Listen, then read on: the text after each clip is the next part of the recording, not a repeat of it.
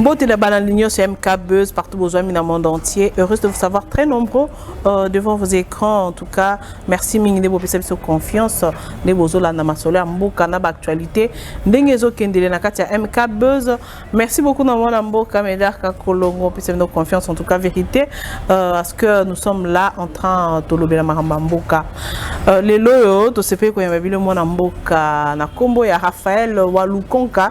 Ya zali bongo mo lobelipe ya matali l'otili qui peut mingi éclaircissement ya un analyste politique de to bana français bongo wa pesaka maele na epe makanisi na ye na matali mboka na biso RDC na bongo etali bai politique bazana RDC na mboka na biso elongo na ye to komeka kobeta masolo ya seni bino moko boye ndenge zo ndongana kuna ndenge zo lekela kuna kuna bakendaki bongo na ba confession religieuse nyoso basengale kotika oyo ezali bongo mokanda to pembela na bango poete bayokana pona ba élection to maponomi oyo koya na 2023 pona ete totia moboko oyo kosimba bongo mboka pona mwana mboka président Félix Antoine Tshisekedi Tshilombo akoka bongo koleka na mambi matali kokamba ekolo oyo RDC donc je salue déjà bonjour bonsoir mwana mboka Raphaël Walukonka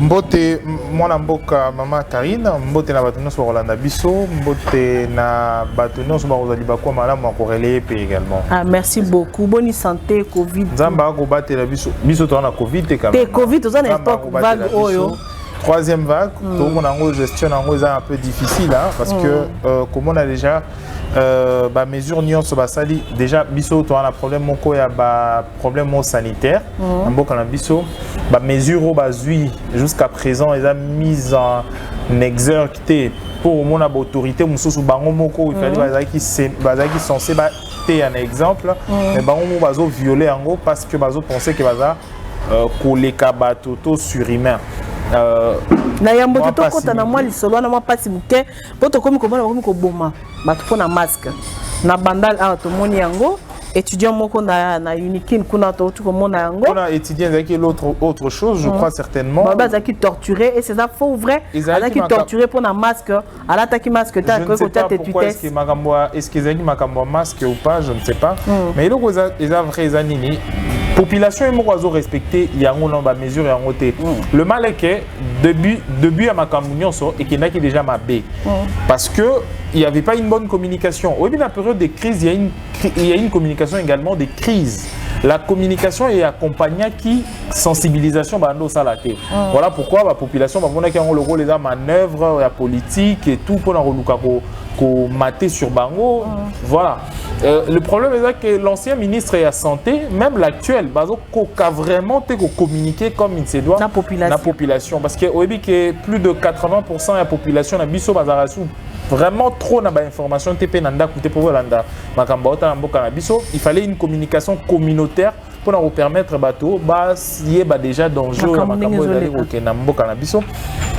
mais et le rosa solo est que cette maladie cette pandémie est réelle et okoboma il y a solo penza boki mwana mboka Raphaël Walukonka ndinga lobi en pandémie ezali ba autorité na biso ba kondi botia ba mesure nyoso dispositif etala ke bana mboka ba ndenge zo lekela tokota na masolo ya seni lelo yo mbutu mbute koti kuna ba élection na biso 2023 sort na ngwe kozala ndenge nini po ete mokonzi mboka lobaki ete bato nyoso basangana na vision na ye bazala elongo makambo eleka kimia et le loyo tokoti kuna côté ya catholique papa na biso monseigneur le cardinal Fridolin Ambongo azotia moi de la part ne batiaka moi de côté pona ko luka ko coincer makambo mususu ndenge population zotela makambo ngo yoza analyste mwana mboka opesaka éclaircissement na matali likambo makambo tali seni désignation déjà aux difficile ya ko bimisa président parce que aujourd'hui actuellement attention qui bazui Jésus-Christ bah comme c'est président à Seni et Zara na contestation c'est ça le Congolais pourquoi parce que chaque regroupement politique religieux plutôt to bazana ba carnet d'adresse na bango D'ailleurs, bato o ba ko mema bango ba ko copter bango na comme ba président enseignant to ba ko représenter ba église wana. La plupart ils ont bato religion na bango te. Oko mutu mususu azane catholique, mais se retrouver qu'humaniste pour na nini bateka na seni, mais la cop. Tu vois, o mutu mususu azane chrétien parce que tout le monde a déjà Corneille nanga ba wi kazara pasteur, mais après on a appris que Corneille nanga zara pasteur te. Et on a beaucoup de choses dans ces pays. Oko kenemabe, le mal les a que tant qu'il y a une négociation, monter un carnet d'adresse déjà. À promettre déjà groupe mora politicien, to groupe frange mora batolobi, ta ngane na boy, to négocier kuna. Mais na ko bunda vraiment bec et ongle pour que yo koma mutunabi soit comme président de la République. Et ya comme plutôt président. Donc rien à voir avec et le moro ya patriotisme, rien à voir avec la neutralité de l'Église. C'est que pas ça la couleur politique, bazana ba agenda na bango caché. Au moins vraiment moto par exemple, Nazu y a na bongote. Église Kimbangi c'est à cause à moto mo soutenir Nelson Mandela. Au moins moto muso Kimbangi ça soutenir Obama.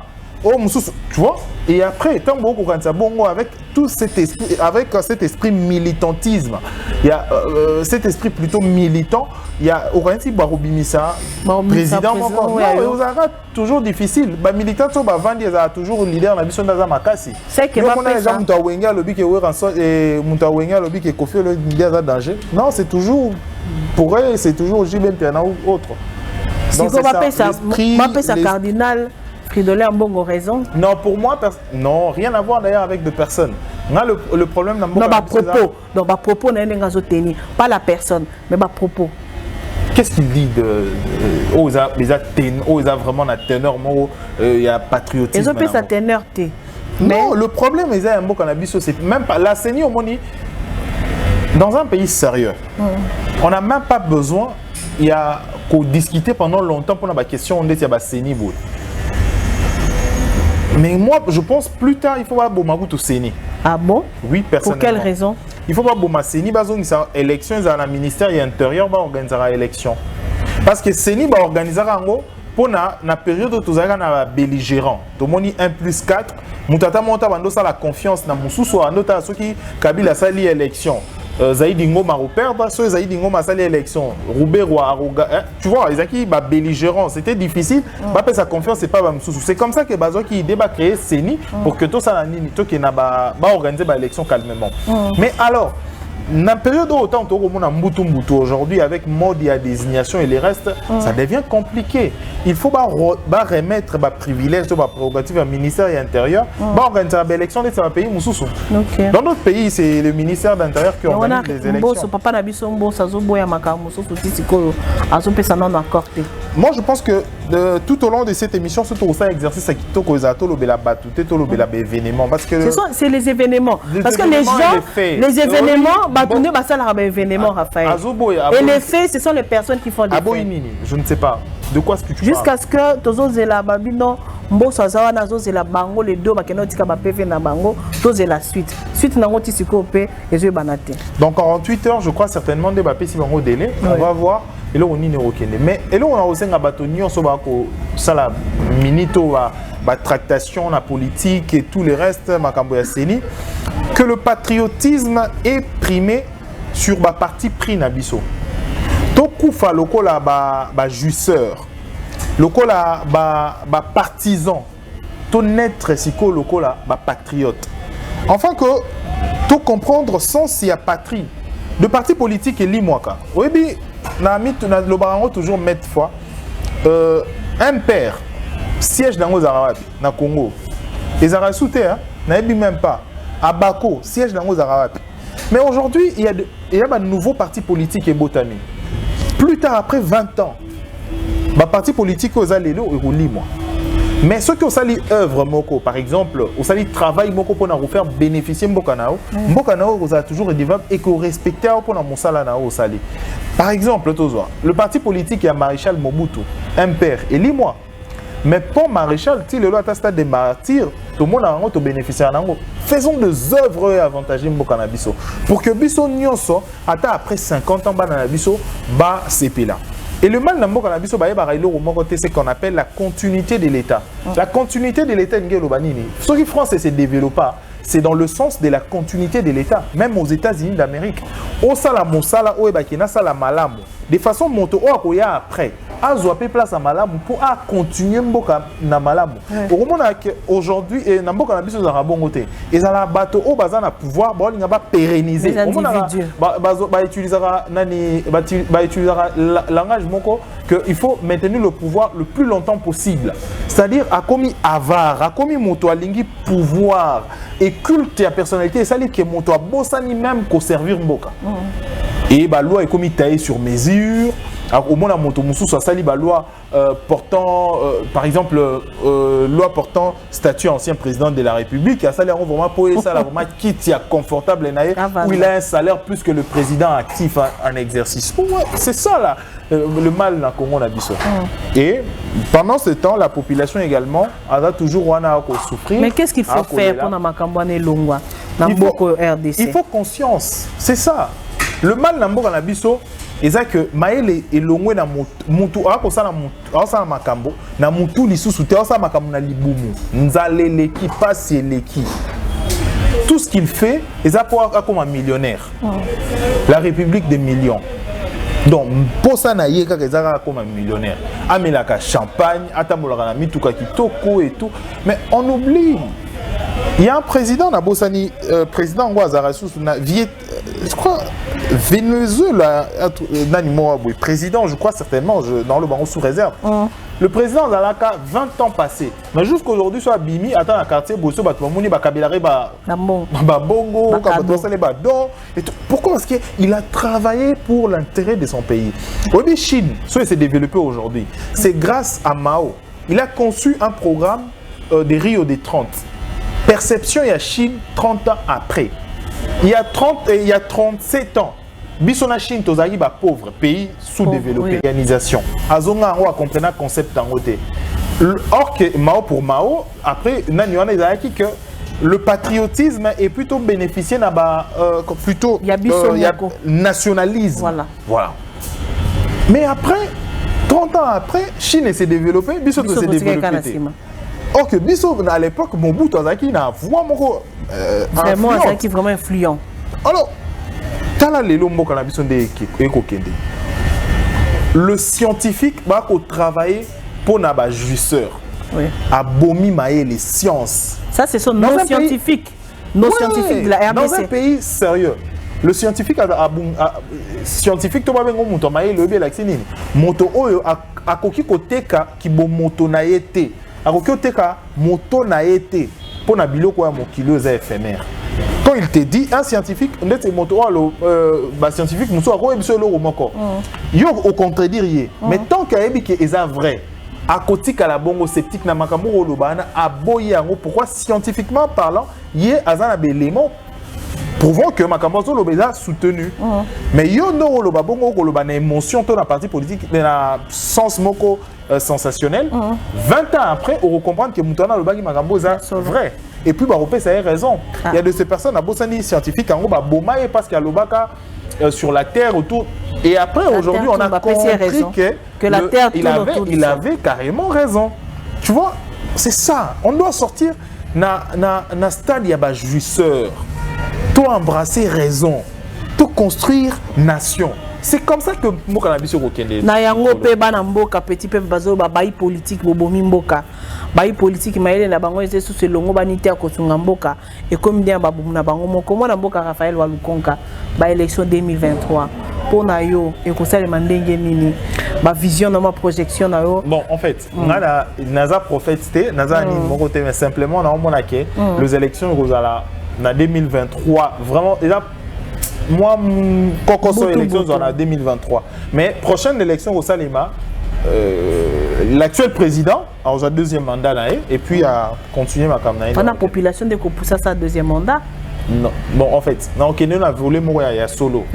Dans l'Ingoko ça va population. Aucun pays en Afrique président a sa élection. Toi, à pouvoir à ça mandat moko. La pays à ta Afrique mon côté. Donc, quand le président organise des élections, il y a au moins la chance mingi à gagner l'élection. Parce qu'il y a Makambo Ebele un avantage na. Il y a mis balé. Et ali jusqu'aujourd'hui, il a encore un discours. C'est vrai que la population souffre. Mais pandémie à coronavirus, et puis s'il y a encore un discours, une matière. Makambwa FCC cash, et puis s'il y a une matière. Ceux qui 2 ans ont travaillé bien, je crois certainement à cause du mandat. Voilà. Wana iza mwana mboka Raphaël Walukonka apesi bongo mbela na eto pe éclaircissement na ye po ya zali bongo moko ya pesa ka mwa mwinda muke na matali makambo na biso ya mboka RDC ndenge zotambolela mboka oyo total ndenge moka depuis Paris alobi boye est-ce que seni ya RDC et cause la politiser kaka to za dépolitiser question wana ndezo pesa mwa poko so na kati seni le problème est à la base il faut ba désignation bato ezara ndenge nini quand la désignation est allée politiser est-ce que besoin pour ça seni comme à dépolitiser non. À la base, mutu ba memi na parti politique. Eza mutu par exemple na lobi aussi quoi ya bako mutu ya balobi catholique, mais aza catholique té. Mais catholique et beti cop. Par exemple na bato ya bako, babi noko na biso yo tinda yekuna. Exemple eza simple to mona o mususu auto bima awa millionnaire o ya dernière minute na Corneille nanga. Azara to apprendre après qu'il n'était pas ya mutu SCC. C'est plus tard nettoyer à prendre la vérité et s'il y aura toujours bimana na munda. Et tant que des modes de désignation, on a toujours politisé, les restes on a toujours politisé. Il faut pas changer plutôt basa la makambo mingi o etali structuration à CENI, basa la CENI ezongi ata na ministère et intérieur. Que ministère et intérieur en gros bâtonnier so batie misu na bango kuna na kati po ya baneni ba osala makambo élection. Mais le mal ezanini. Le problème dans le Congo, c'est que bateau. Le problème, c'est le système, c'est la sénité. Séni, c'est le combo. Séni, c'est le français, c'est les bonnes élections. Mais le problème, c'est l'animateur, bateau, qui est moto, la conscience. Tant que vous avez vraiment le bac au fil, vous avez vraiment que tout ça là-bas, aux autres qui n'ont pas d'élection. Tout soit tout ça là qui tricherie pour Moutoubouya comme président de la République. On va dire aux liens nao, hein, si on a évité aux liens malangwa, toni nos liens calmement. Pendant ce temps, conscience non le bélo l'oroté. Pour faire perdre bateau, d'abord il aura du bosso. La plupart des personnes qui trichent, bazara sans vision. La plupart des personnes qui trichent, bazara sans vision. Objectif mouké. Et là, il bosso bazara nango, bazara nango makas va travailler sur la tricherie. Attends moi na classe. Ce mois na azo préparé doc. Tant d'ailleurs autant à mingi étant autant qu'ils ont raté, Azara prépara plus mode ligne à tricher. À 30 secondes, 30 minutes à tangi, mais 8 heures d'Italien sur l'étiquette, ils ont préparé d'autres, qui une place ligne à routière, ce professeur a gagné à tu vois. C'est comme bateau comme la présidence de la République, la députée, l'Assemblée nationale, la tricherie. Donc on attend mingi. On prépare ce qu'on visionne à partir il y a présidence, à partir il y a trône. Il y a Assemblée nationale. Donc voilà. Voilà, merci beaucoup mon amboka Raphaël Walukonka zaki bongo éclaircissement na yo. Je pense que Pesimbela ce qu'on va salilo ba poète ba congolais baza partout dans le monde entier, ba diaspora o ya biso ba meka un peu ko fungola pe sous moi bato na bango. Deux choses, et là liboso to tika tribalisme. Mboka na biso ezali kitoko ezali malamu mais moyen moko ya roboma mboka na biso ezaso to utiliser tribalisme. Quand on bato ba ko sala tribalisme wana ezali moyen ba faible. Le faible a utilisera deux moyens. Compassion na yeso azana libanda oninga ngo so azama elete. Arolobela naza moto ya Congo po sunganga to azana faible, azana faiblesse. Pour ebi que origine na ye ko permettre ye quand même azwa facilitation moko. Même moto o azali conscient, o ebi azali compétent. Aroko azana na sima makamba tribalisme té parce que ça c'est la méritocratie. To tiaba kibo moto na biso liboso to ebake, ce qui nous unit est plus fort que ce qui nous divise. Ozo unir biso ezali ke tozali bana ya Congo. So tozali bana ya Congo to lobelaka te nazali mungwandi, nazali mbunza, nazali Moswahili, nazali Mokongo na Moluba. Non. Tolobara toujours eloko liboso tozali ba congolais. Eloko wana ndeko zali ko sangisa biso. Racine wana to s'appuyer sur ça. Et il y a mis balé là sur le makambo matali politique. To comprendre que moto tikalaka internellement na mokili azarate. Le pouvoir ezalaka éphémère. mais makambo o ko sala ba œuvre ko sala et ko tikala internet ata au kufi lelo ba le be makambo bonne gestion ya kasavubu moko ya bateau ba gérer mboka na biso malamu ko gérer tanga ko gérer mon solo ya mboka na biso malamu tolobela Mobutu awa parce que Mobutu abandaki ko bunda vraiment pour que mboka na biso ba infiltrer to bato ba sakana na mboka na biso te. Et après tolobeli nani Kabila les pères pour asalaka que mboka na biso discipline nani discipline te l'auto prise en charge. Prise en charge. Oui. Kabila va continuer avec l'auto prise en charge. Comment on développer? Parce que avec bah, ressources naturelles, tu peux lier ça. Est-ce que vous imaginez à Congo, tu vas voir Amadesu Awa. Après 2 semaines au moins, Amadesu on est boti sans pour autant boire qu'il a un mal. Donc avec ça, on avait concurrence au token la technologie. Hein. Moutou na biso bongo ko suka. Pe la famille na biso la famille africaine ils ont maman makambo ebele. O moutou asala ki avion, lelo après lobi ba pesi au matériel o ko ko so avion te no ko lekio na butu. Donc mais so ba sali o Madesu awa, o vanda no Madesu no kimio lo na no Madesu moutou asala no azate. Ozo lia na yo to komo industriel, pêche industrielle ici. Kabila toko ça n'a été pour biso na misère na mboka na biso. Ya solo. Ah comme ça société munene Kabila. Atelo kwa malamu Kabila sala te na mboko. Te Kabila sala au moins malamu. Neti nene. Ah créer entreprise moi munene Paris Foot. Oh. Bah jeune nion so va à Paris Foot. Ya solo wana. Grand business Paris Foot. Ah bon? C'est le plus grand acquis à Kabila. Lo malamu Kabila sala biso wana. Ah bon. Mais il faut poser ce qu'on va question. Bah jeune nango ce qu'on va nan ba kenobeta Paris Foot. Yo licencié. Obi? Yo. Bah j'ai hasard na sala na ngote. OK. Mais le moro Kabila tika biso à Paris Foot. OK. C'est fini. À part ça Kabila na bi na lo ça te. Ah. Et là on msusu na mona bien à Kabila za silence na e. Tu vois quand il ne parle pas. Il s'est raté, mais c'est bien, c'est le charisme d'un chef. Hein? Et bang, ça tout moi mouké, mais trop silencieux. C'est fini. À part ça, il est sauté. Ah, ok. Le reste, c'est de mauvais souvenirs. Ah, franchement, j'espère. Tuerie, massacre, et puis le reste. Donc, rien d'autre. Ok, d'accord. Merci, mon amour, Raphaël Walukonka.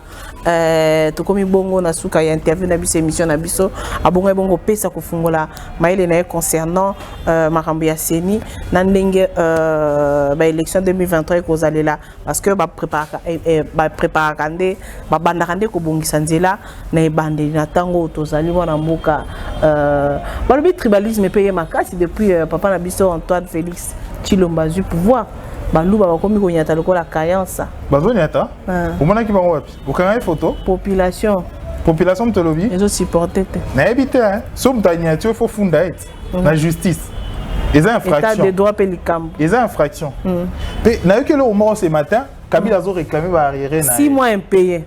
Papa na biso Kabila lobi 6 mois impayés. Depuis Aléli combien 6 mois. Oui, 6 mois impayés. Donc depuis a commis na pouvoir Aléli ka 6 mois. Mais ce qu'on va tata mususu bazana ba 42 mois d'impayement na on a trawana. Est-ce qu'il se prend compte qu'il bo moto ezara? Mais il faut avant d'aller à Malangwa na avant d'aller na kinga kati wana. Je sais pas ce monsieur qu'est-ce qui lui arrive hein. Au moins so za souke belé pe maïle kota à moi mingité. Il faut kata souki ya se raser mon pépé côté na moto. C'est pas normal. Donc ces pays il y a des gens au bazar 64 mois d'impayement. Yo 6 mois tu pleures, sur 6 mois on peut bon combien? Ah mais non, sois sérieux quand même. Qui au moins Maman Olivier Loba qu'il a passé son temps à servir ce pays pendant toute sa jeunesse. Donc il faut vivre malade. C'est non. À l'époque Kabila les pères Azaki n'ont pas pouvoir. Je l'ai vu mais na mon Azaki n'est autant. Mais na ça pas toi l'attaque, je ne sais pas. Rien d'impressionnant, un monsieur, un simple monsieur. Mais à l'époque, Azaki simple, maintenant, à combien président? À combien président de la République, il n'avait rien. Attends, mon père Raphaël de Mozana, le lobiso comme président. Dans le Banazien, Raphaël. Non, que j'ai travaillé. Dans ces pays, j'ai 12 ans de carrière. J'ai travaillé en tant que journaliste. Oui. Je suis un employé Batou. À part non, je suis journaliste. De mon jeune âge, j'ai travaillé. Après, chemise. Je n'ai pas causé de nazala tant que na front. Non. Non, je n'ai pas les sangs dans ma bonne. C'est fini.